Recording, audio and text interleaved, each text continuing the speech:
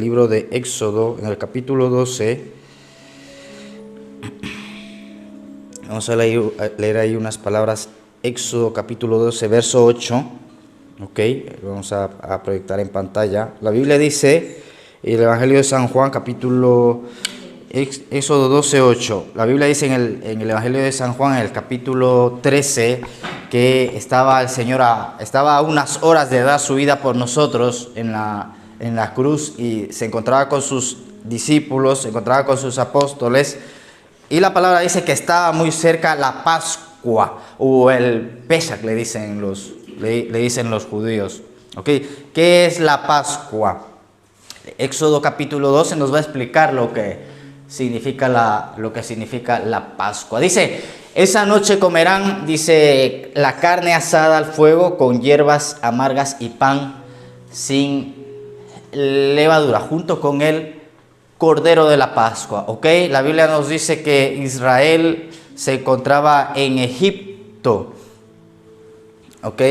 Israel estaba en Egipto, y la Biblia nos dice, por ejemplo, en el capítulo 1 del libro de Éxodo, que Israel en Egipto empezó a multiplicarse, porque recordamos que ellos habían llegado a Egipto por la mano de José, habían llegado a Egipto porque en la tierra de Canaán había hambre, mejor dicho, en toda la tierra había hambre, y el único lugar donde había pan era Egipto. ¿Ok? Entonces ellos habían llegado allí aproximadamente 70 personas, pero habían pasado 400 años y se habían multiplicado los hebreos.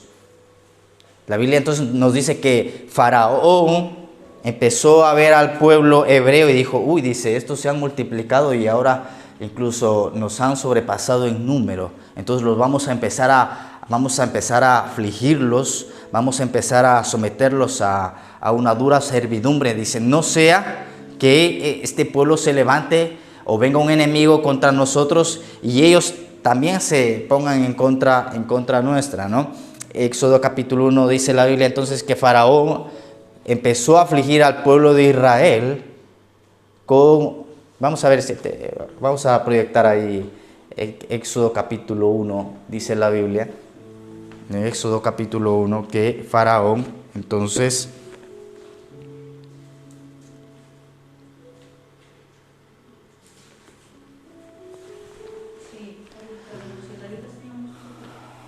Dice, a ver, desde el versículo 1, vamos a leer ahí. Dice, murieron, sí, ahí está bien, 7, pero como los israelitas tenían muchos hijos y se multiplicaban de tal manera que eran a ser muy poderosos, el país estaba lleno de ellos. Mas hubo un nuevo rey en Egipto que no había conocido a José y que le dijo a su pueblo, miren, el pueblo israelita es más numeroso y más poderoso que nosotros, así que debemos tramar algo para impedir que se sigan aumentando. Así está el enemigo, así está Faraón. Así está Faraón. Debemos de tramar algo para que panal de miel se siga multiplicando. Y así está el enemigo. Por eso es que una de las cosas que dice el apóstol Pablo, no ignoramos las maquinaciones de Satanás. Dice, porque puede ser que en caso de guerra se pongan de parte de nuestros enemigos para pelear contra nosotros y se vayan de este país. Por eso los egipcios pusieron capataces encargados de someter a los israelitas a trabajos muy duros. Les hicieron construir las ciudades de Pitón y de Ramsés, que el faraón rey de Egipto usaba para almacenar provisiones. Pero mientras más los maltrataban o los afligían, dice en Reina Valera, más ellos se aumentaban. Así que los egipcios les tenían mucho miedo. Entonces, más nos aflige el enemigo. Parece que no aprende el enemigo. Más viene a afligirte y no sabe que eso te va a dar a ti más fruto. Amén. O te va a hacer que des más fruto, ¿verdad? Amén. Entonces la Biblia dice que el Señor levanta un hombre a Moisés, ¿ok? Más adelante para libertar a Israel. Me llama la atención que Egipto significa el mundo. ¿Okay? Egipto es una vida lejos de Dios. Por ejemplo, antes de convertirme, yo llevaba pendientes en las orejas, llevaba pendientes en los labios. Me gustaban los pendientes aquí en la ceja, pero aquí no me hice en la ceja el pendiente porque me gustaba jugar al fútbol. Y dije, en una que entre a cabecear me quedo sin ceja, entonces Y tenía un collar y tenía un faraón de oro y lo llevaba aquí. Un faraón de oro. Imagínense, o sea, claramente, ¿verdad? Estaba completo en Cristo Jesús.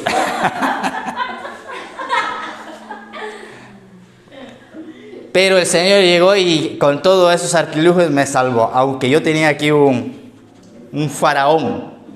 Faraón en la Biblia es el diablo. Y Egipto es una vida lejos de Dios. Entonces una de las cosas que vemos que va a ocurrir en Egipto es que Dios va a traer juicio sobre todos los dioses de Egipto. Empieza a traer juicio sobre todos los dioses de Egipto. En otras palabras, Dios va a traer juicio sobre todas aquellas cosas que tengamos por Dios. Todas aquellas cosas que le estén quitando el lugar a Él. Porque quiero decirles algo, Dios es muy celoso. Dios es celoso. Ustedes no saben lo celoso que es Dios. Él dice que nos cela. Yo no sé si ustedes alguna vez han tenido celos. ¿Han tenido alguna vez celos ustedes? ¿O solamente yo he tenido celos? Antonio, ¿has tenido celos por Ismael alguna vez? Ahí está la tentación, claro. Ahí todos tenemos la tentación de ser celosos, ¿no? Entonces una de las cosas que el Señor hace, o mejor dicho, hizo y va a hacer es tener juicio sobre todos aquellos dioses o sobre todos aquellos ídolos que le estén quitando su lugar. Por eso que el Señor nos ayude a ponerle a Él primero. Ok, entonces vemos que se empieza a desatar los juicios en Egipto, pero también lo que me llama la atención es que el Señor, ¿a dónde envía a su pueblo? A Egipto, al mundo. La Biblia dice que el mismo Jesús fue llevado a Egipto cuando fue perseguido, lo que les compartí el domingo, que vivamos una vida con propósito porque vamos a ser protegidos. Cuando vivimos una vida con propósito, con misión, porque como dice el Salmo 91, a mi lado caerán mil, a mi diestra de mí, pero a mí nada va a tocarme. Murieron miles de niños en Ramá, pero Jesús, como tenía una vida con propósito y Él tenía una misión, Él venía a salvar el mundo, Él fue protegido y fue llevado ¿a dónde? A Egipto. Entonces por eso se cree que Jesús, porque aproximadamente Jesús estuvo hasta los 7, 8 años en Egipto, y se cree que el Señor hablaba diferentes lenguas. Por ejemplo, hablaba egipcio, hablaba arameo, hablaba hebreo, hablaba griego. No estamos hablando de alguien cualquiera, aunque los fariseos lo menospreciaban. Dice en los evangelios, y luego va a decir en los profetas, de Egipto llamé a mi hijo, a Jesús. De Egipto llamé a mi hija María. De Egipto llamé a mi hijo Diego. Y las personas que estamos aquí, el Señor nos llamó ¿de dónde? De Egipto, del mundo, del sistema que estábamos en este sistema, ¿verdad? Viviendo una vida lejos de Dios y mezclados con el mundo, en las pachangas, en las fiestas, en los partidos de fútbol. Pero de ahí el Señor nos llamó, nosotros no sabíamos. O a lo mejor lo percibíamos, porque todos los que estamos aquí hemos tenido conocimiento de Dios. Sabíamos que algo había. Alguien alguna vez nos habló, nos sembraron la palabra, y tú siempre tenías vamos a decirlo así, la mayoría de los cristianos tenían como esa sensación, o percibían que Dios estaba allí, pero verdaderamente no lo conocíamos como debíamos de haberle conocido. Sabíamos que existía Dios, sabíamos que algo había allí, pero todavía no habíamos, vamos a decirlo así, tenido ese encuentro personal con Jesucristo, no había venido ese nuevo nacimiento que es muy importante que tengamos y que se producirá a lo largo vamos a decirlo así, a lo largo del tiempo, que nosotros nos mantengamos fieles con el Señor. Porque la Biblia dice, el viento sopla por donde quiere, por donde va. Así es el Espíritu de Dios que trae nuevos nacimientos. No es porque nosotros hayamos querido nacer de nuevo, sino que Él trajo ese nuevo nacimiento sobre nosotros. ¿Ok? Entonces, lo curioso es eso, que en Egipto ahí como que Dios tiene escondido a su pueblo. Y por eso es que el Señor le va a decir al apóstol Pablo, le dice, Pablo, no calles y sigue predicando porque tengo mucho pueblo, dice. Tengo mucho pueblo en esta tierra. Dios tiene mucho pueblo en esta tierra. Pero la mies es mucha, va a decir Jesús. Ustedes dicen que falta mucho tiempo para la cosecha. Ustedes dicen, ay, ¿cuándo se convertirá mi familia? ¿Cuándo se convertirá este cabezón de mi esposo? ¿Cuándo cambiará? Mis hijos, ¿cuándo se convertirán? ¿Cuándo, Señor? Por ahí escuché un testimonio que pasaron 10 años, 15 años. Pero el Señor dice, y si usted dice que falta mucho tiempo, pero les va a decir lo siguiente al Señor a sus discípulos, pero no falta mucho tiempo. Alcen los ojos y miren, la cosecha está lista. Pero lo que no están listos son los obreros. Vamos a decirlo así, una persona salvada necesitamos 3 personas. Para un bebé, un corderito, como les hablaba el domingo pasado, un corderito y se necesitan 3 cristianos. 2 corderitos, ¿cuántos? 6, 7.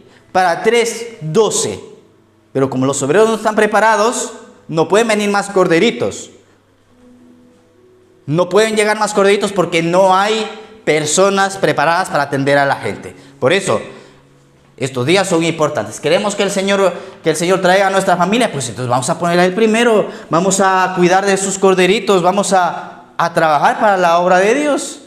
Porque queremos que nuestra familia se salve, la gente se salve, pero ¿quién los atiende?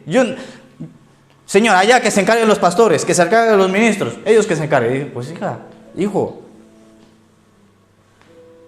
¿qué me estás pidiendo? Si yo te necesito a ti y tú estás en tus cosas.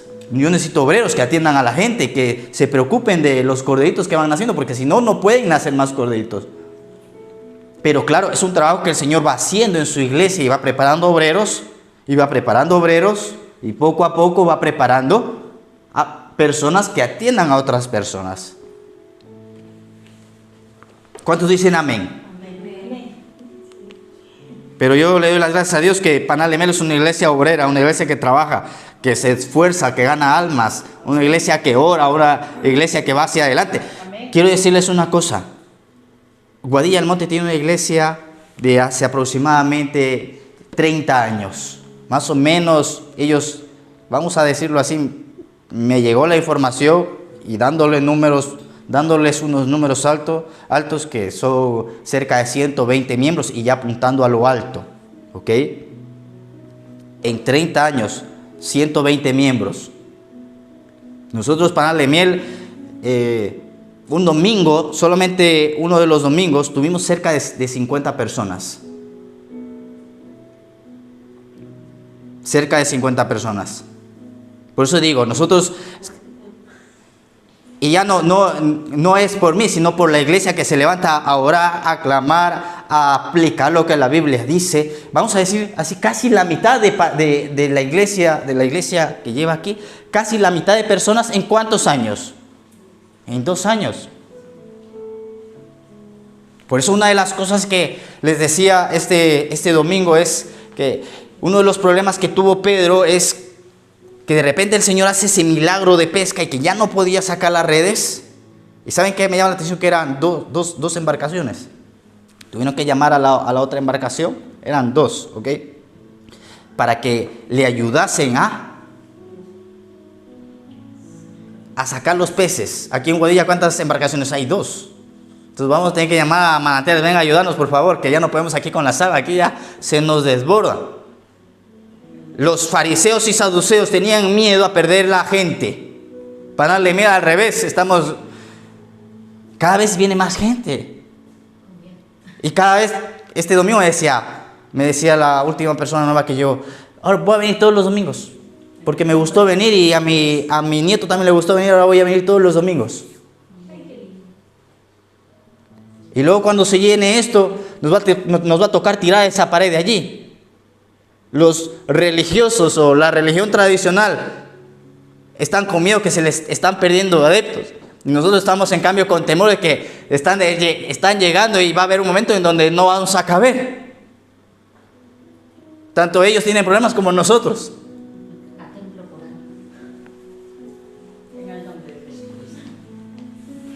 Ok, entonces yo les felicito para Lemiel, así que les espero el viernes y el domingo por acá. A ver, entonces dice la Biblia que el Señor empieza a traer juicio sobre todos los dioses de Egipto. Ok, hasta que llegamos, empieza con las plagas y dice que Él endureció el corazón de Faraón. Dios dice: voy a endurecer el corazón de Faraón para que ellos vean mi poder, dice Dios, para que vean que no hay otro Dios como el Dios de Israel.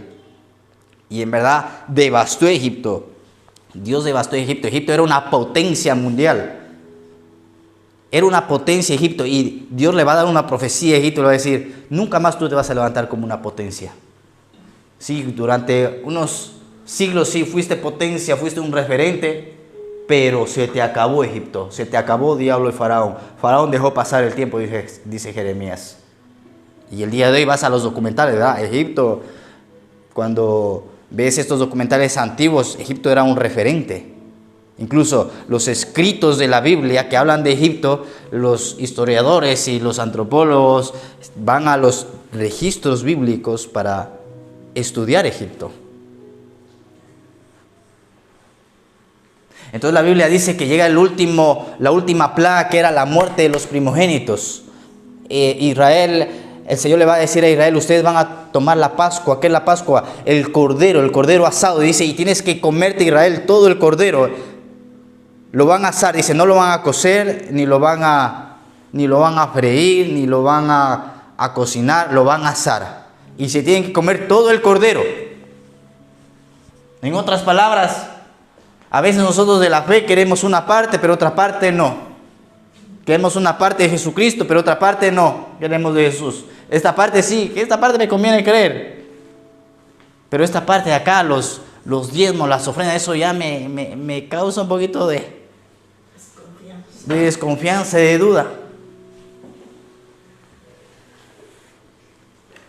Pero yo quiero decirles algo, ¿ok? El Señor poco a poco nos va a ir enseñando e instruyendo. Dios poco a poco, tú solamente ten fe y cree. Y Él te va a ir enseñando con todas las cosas. A veces nosotros queremos que Dios haga un milagro, que haga el milagro, que lo haga ya. Pero es un proceso. Oramos por sanidad y a lo mejor, sí, Dios puede hacer un milagro instantáneo de sanidad. Pero quiero decirles algo, Dios no es Papá Noel ni es un mago, que la varita mágica ya, sé sano. No, a veces te lleva un proceso, lleva un tiempo. También trabaja en nuestra obediencia, ¿verdad? Que todos estamos como intentando entender qué es lo que dice Dios para aplicarlo, para ser obedientes. Por eso es que estamos el día de hoy aquí. Y hay una lucha constante, por ejemplo, en las cosas de Dios siempre va a haber una lucha constante. Tú quieres venir a la iglesia, algo se va a levantar, problemas, quieres servir a Dios, quieres predicar la palabra, siempre va a haber cosas que se levantarán para que tú no cumplas o para que tú no le sirvas a Dios. Ya está, donde tengas que servirle o lo que tengas que hacer, o si tienes que discipularte o si tienes que venir a la oración, siempre algo va a querer levantarse y no dejar que tú des ese paso para que tú puedas ser obediente al Señor, ¿ok? Aquí, por ejemplo, se levantaba Faraón: deja salir a mi pueblo. Israel quería salir, pero Faraón se oponía. No dejaba salir, los tenía presos Faraón. Y una de las cosas que hace Faraón es afligirlos con trabajo. En Latinoamérica, como falta el trabajo, los aflige con otras cosas, con delincuencia, con el robo, con las maras, con las pandillas. Aquí, en cambio, como hay abundancia de pan y hay trabajo, pues con el trabajo, a los hijos de Dios con trabajo. Por eso debemos de tener cuidado y ser equilibrados para darle, y está bien, todos trabajamos, y es bueno trabajar, pero hay que darle su sitio a Dios. Debemos de darle nuestro sitio al Señor.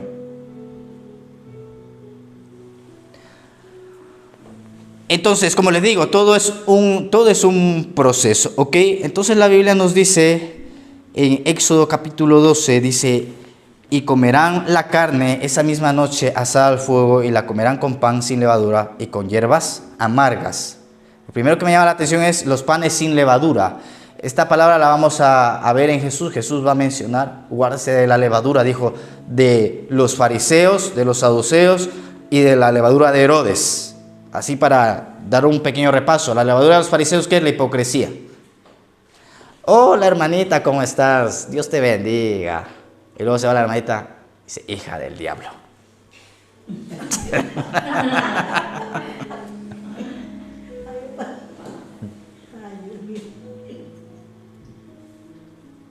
Los saduceos, el racio, ¿cómo se dice esta palabra? Sí, ellos aplicaban mucho la lógica. A ver, Señor, explícanos, a ver. Y querían racionalizar, como se diga, la fe, el creer. A ver, ¿cómo es que se levanta? A ver, lo de la resurrección no entiendo. A ver, si tu cuerpo se tumba, ya se quedó ahí. Muerto, ya está muerto. No siento nada, dijo don Carlos. Entonces querían llevar la fe por la razón y por la lógica. Y a veces no es ni la razón ni la lógica, sino es creer, obedecer y ver que lo que el Señor dice es así. Amén. Dar esos pasos de fe y ver que el Señor te da gracia, favor y que el Señor te bendice. Amén. Vamos a obedecer. Y Herodes que le gustaba escuchar la palabra. Herodes era el primero que llegaba al culto. En primera línea ahí. No faltaba Herodes. ¡Aleluya! ¡Gloria a Dios! ¡Qué buena esa palabra! Y sí, Herodes, pero no había cambio. Iba afuera y seguían lo mismo.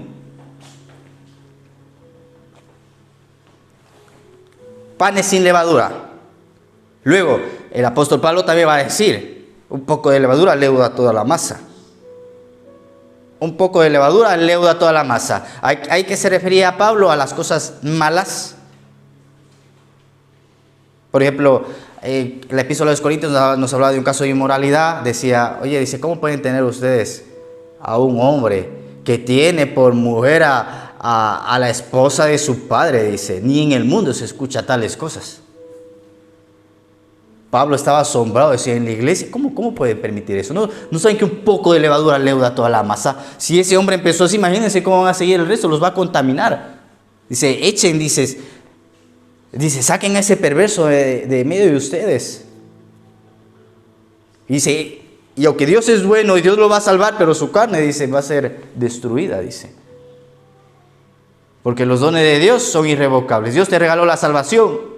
Si Dios te regaló la salvación, te la regaló. Ya está. Pero su gracia te atraerá siempre hacia Él. Aunque tú quieras desviarte. No, ya soy salvo, siempre salvo. Pues me voy al mundo. No, su gracia te atraerá. Y su gracia a veces se expresará por medio de problemas para atraerte hacia Él. Amén. Problemas, enfermedades, yo qué sé. Dios es soberano y Él sabe cómo obrar. Él sabe cómo hacerte cambiar. A mí, a veces me gustaba yo ya me convertí y yo a veces iba al bar y me pedía una caña. Decía, dame una caña, no me está viendo nadie. Y ahí me mandaba una caña. Yo, una cerveza no pasa nada. Y me quedaba picado y digo, póngame otra por favor.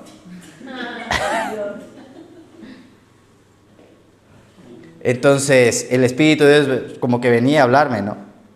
Decía, no está bien que hagas eso. Yo estoy aquí. Quiero decirles algo, aunque la gente cristiana, los hijos de Dios se aparten ahí donde vayan, ahí Dios les va a perseguir. Ahí Dios te va a perseguir. A donde tú vayas, dice, ¿dónde voy a oír de tu Santo Espíritu?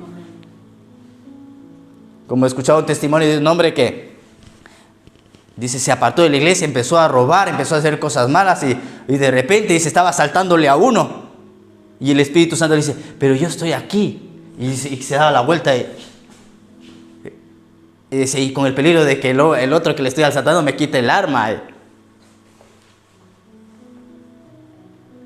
Donde tú te vayas ahí, el Señor te va a seguir y te va a perseguir. No te vas a escapar de Dios.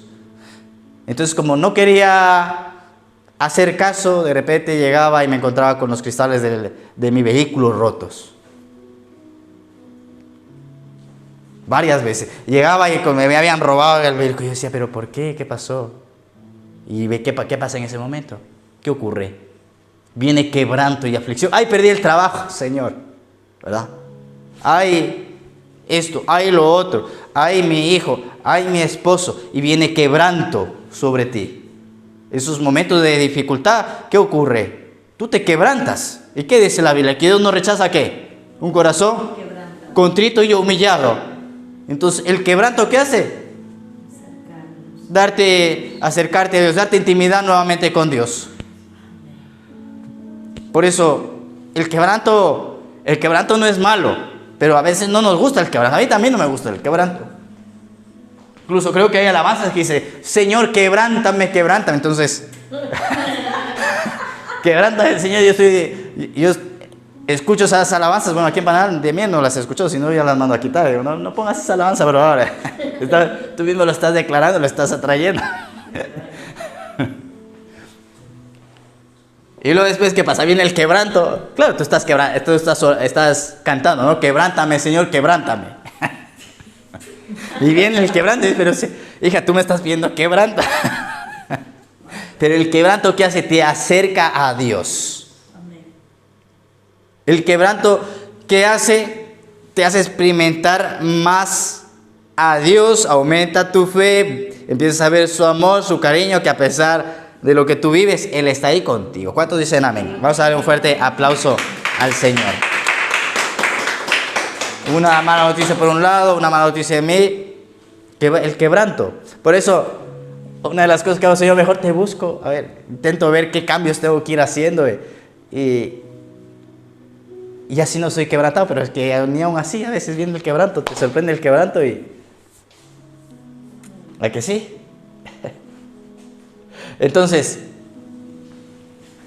panes, dice, sin levadura, que comieron esa noche, se comieron todo el cordero, todo, entonces voy a querer todo, voy a tomarme a Jesús entero, no solamente voy a querer la parte que me conviene, sino todo. Y luego, panes sin levadura, ya hemos hablado de la levadura. Luego el apóstol Pablo en Gálatas va a volver a hablar, dice, ustedes se han caído de la gracia y han empezado nuevamente a intentar cumplir la ley. Gálatas capítulo 5. Y si ustedes no saben que si violan un mandamiento, ya los violaron todos. Entonces, la levadura también es la religiosidad. Las religiones, ya está. Las religiones,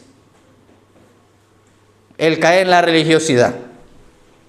Y luego habla de hierbas amargas. Imagínense, tenía que comerse el cordero, panes sin levaduras, panes sin levadura y hierbas amargas. Me llamó la atención esa palabra, que tenía que comer hierbas amargas. Éxodo capítulo 12, verso 8. Hierbas amargas. Y buscando esta palabra en la Biblia, nos vamos a encontrar que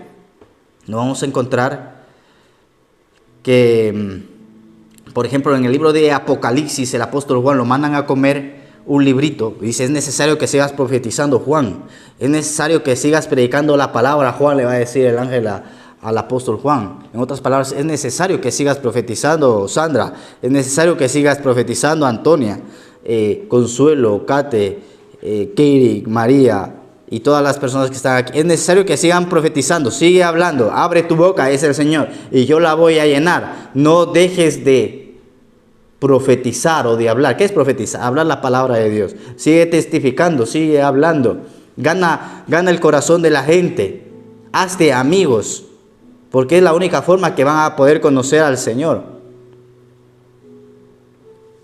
Es la única forma que van a poder conocer al Señor cuando la gente empieza a tener confianza con nosotros. Y el Señor las traerá. No tenemos que obligarles, pero sí nosotros ser amables. Dice la Biblia, oye, dice, los gentiles entre ellos se saludan, dice.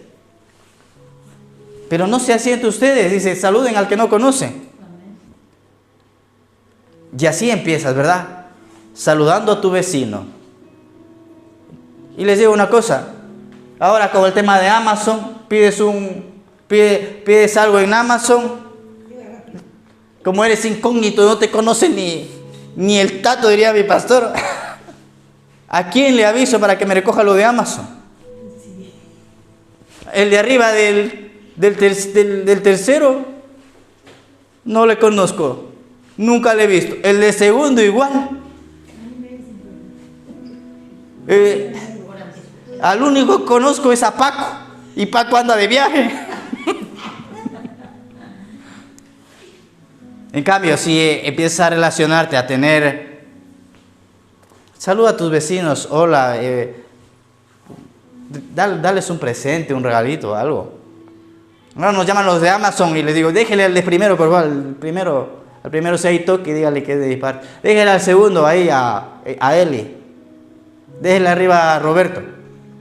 Es su perra Lola, que me cae mal, pero bueno.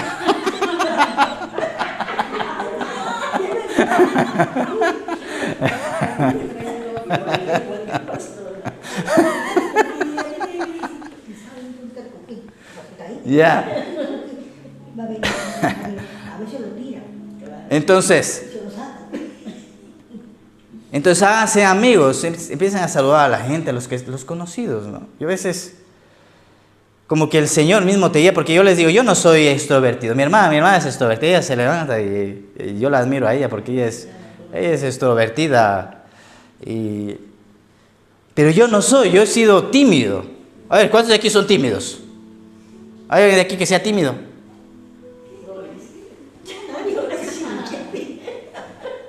Y ahora que dicen que van a quitar la mascarilla, digo, pero yo ya me acostumbré a la mascarilla, ir con la mascarilla ahí tapado, nadie me reconoce. Nadie me reconoce con la mascarilla, digo, y ahora que ya estoy acostumbrado, y la mascarilla a mí me vino de lujo porque me escondo. Aunque uno piensa que se esconde y te reconocen. Dice, mira, ahí va Diego, ahí va el pastor el supuesto pastor de Panal de Miel.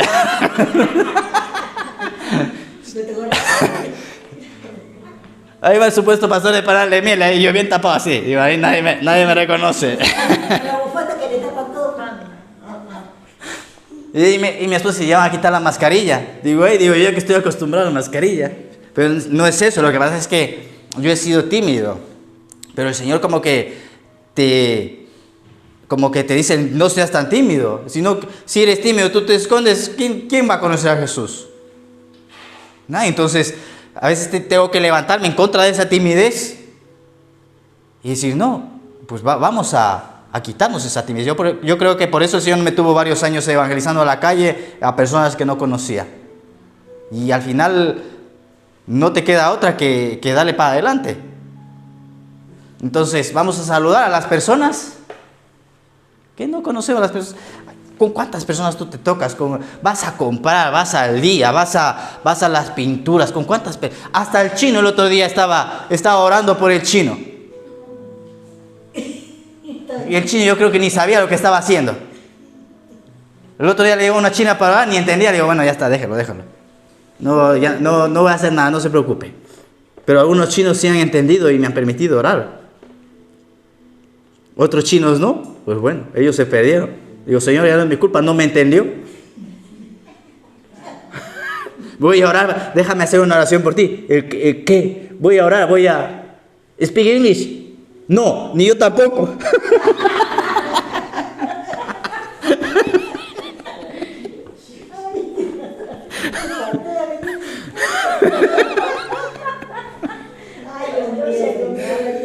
Ay, Señor, por eso... Ok, entonces por eso dice... Ok, entonces dice que ellos comieron hierbas amargas. Y una de las cosas que dice es que nosotros no nos dejemos llevar por la amargura. Porque el diablo quiere amargar tu vida. Éxodo capítulo 1 dice que empezaron a amargarles la vida con trabajo pesado. Y el diablo viene a amargarte la vida con el trabajo pesado y duro. El diablo quiere venir a amargarte la vida con la religiosidad, que sea religioso. Sé normal, delante de la gente, sé normal. A veces vamos delante de la gente y actuamos, no actuamos normales. Déjale. ¿Saben qué? La gente lo que quiere es hablarte. No hay a veces nadie que les escuche, sobre todo las mujeres que les gusta hablar, porque las mujeres son diferentes a los hombres. A las mujeres se agarran por teléfono 2, 3 horas estar hablando. A las mujeres les gusta hablar y que alguien les escuche. Por eso ustedes ven unas mujeres bien bonitas casadas con un hombre bien feo. ¿Qué le vio ese hombre? No, ese hombre le puso atención, solamente le prestó el oído. Dice, qué bonito, mi amor. Me enamora de este hombre. Y tú le ves y dices, madre mía, pero qué feo. ¿Por qué es? Porque las mujeres son diferentes. Ellas quieren que alguien le preste atención, que le preste el oído. En cambio, los hombres solamente hablan cuando son novios. Cuando eres novio con... Ahí le hablas a... Hablas y hablas y luego ya te casaste. ¿Cómo te fue en el trabajo? Bien. ¿Qué comiste? Ni me acuerdo. Y las mujeres quieren sacarte la conversación y el hombre no habla. Y le damos las gracias al Señor, como el Señor nos va enseñando. Háblale, hombre. Cuéntale un poquito más. Entonces el Señor ya te va enseñando cómo llevar tu matrimonio. Pero en el mundo no saben. En el mundo, y por eso es que se divorcian. Saben que el 50% de las personas mejor vengas en el viernes, les voy a terminar de contar. 50% de los matrimonios, ya les voy a decir lo que pasa con el 50% de los matrimonios, el día viernes. Así que el viernes vienen y les doy esta estadística. ¿Ok? Ok, una de las cosas que, para cerrar, ellos comieron hierbas amargas. La Biblia nos habla de la amargura, que nos cuidemos de la amargura. Y vemos varias personas en amargura.